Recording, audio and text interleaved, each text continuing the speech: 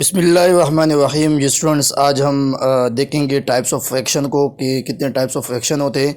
लेकिन सबसे पहले आपको ये पता होना चाहिए कि फ्रैक्शन होता क्या है। तो स्टूडेंट्स, फ्रैक्शन आपके पास जो ये कम्बिनेशन है नोमिनेटर एंड डिनोमिनेटर की, यानी दो पार्ट से फ्रैक्शन मिलके बना है, एक नोमिनेटर एंड दूसरा आपके पास क्या है, डिनोमिनेटर।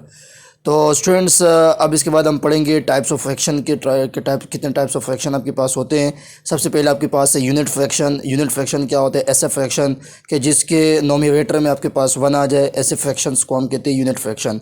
अब स्टूडेंट, इसके बाद हमारे पास है प्रॉपर फ्रैक्शन। प्रॉपर फ्रैक्शन क्या होता है कि जिसमें आपके पास नोमिनेटर जो है वो लेस होगा डिनोमिनेटर से, ठीक है। यानी जैसे कि 5/8, तो यहाँ पे नोमिनेटर आपके पास 5 है, डिनोमिनेटर आपके पास 8 है। तो प्रॉपर फ्रैक्शन ऐसे फ्रैक्शन को कहा जाता है जिसमें नोमिनेटर लेस होगा डिनोमिनेटर से। इसके बाद स्टूडेंट्स, हमारे पास है इम्प्रॉपर फ्रैक्शन। इम्प्रॉपर फ्रैक्शन क्या होता है? जिसमें नोमिनेटर ग्रेटर होगा या इक्वल होगा किसके? डिनोमिनेटर के।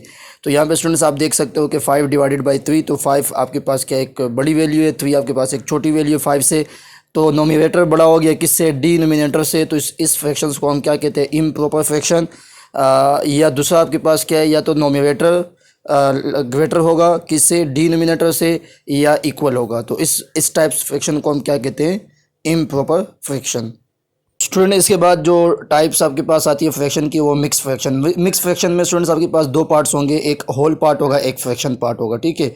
और जो फ्रैक्शन पार्ट होगा वो कौन सा पार्ट होगा? प्रॉपर फ्रैक्शन होगा। जैसे कि यहाँ पे 2 होल 1/8 आपके पास लिखा है, तो 2 आपके पास एक होल नंबर है, 1/8 एक प्रॉपर फ्रैक्शन है। तो इस तरह फ्रैक्शन को हम क्या कहते हैं? Mix fraction. इसके बाद स्टूडेंट्स हमारे पास है लाइक फ्रैक्शंस। लाइक फ्रैक्शंस क्या होते हैं? जिसमें डिनोमिनेटर क्या आ जाए? सेम आ, जैसे कि 3/8, 4/8, 8/8। तो इस तरह से फ्रैक्शंस को हम क्या कहते हैं? लाइक फ्रैक्शन, जिसमें डिनोमिनेटर्स क्या आ जाए? सेम आ जाए।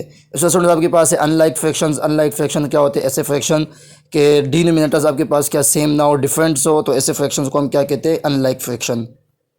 स्टूडेंट, इसके बाद आपके पास जो अगली टाइप है वो है इक्विवेलेंट फ्रैक्शंस। इक्विवेलेंट फ्रैक्शंस क्या होते हैं कि जैसे कि आपके पास लिखा हुआ है 8/10, सही है। तो ये इक्विवेलेंट हो गया 4/5 के, क्योंकि अगर हम 8 को डिवाइड करेंगे 2 से, तो 2 4 ज़ा 8, और 10 को डिवाइड करेंगे 2 5 ज़ा 10। तो अगेन अगर इसको हम 4 को 5 को 2 से मल्टीप्लाई करेंगे तो अगेन आपके पास 8/10 बनेगा, ठीक है। स्टूडेंट्स, अगली एग्जाम्पल क्या है कि 3/9, और इस तरीके से यहाँ पे आपके पास 15/45 है, ठीक है।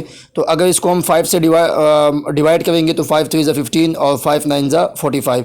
तो ये दो आपके पास क्या इक्विवेलेंट फ्रैक्शंस। तो इक्विवेलेंट फ्रैक्शंस क्या होते हैं? ऐसे फ्रैक्शंस के that have the same value after being simplify और रिड्यूस। मतलब अगर उसको हम रिड्यूस करें या सिंप्लीफाई करें तो वैल्यू आपके पास क्या होगी? सेम होगी।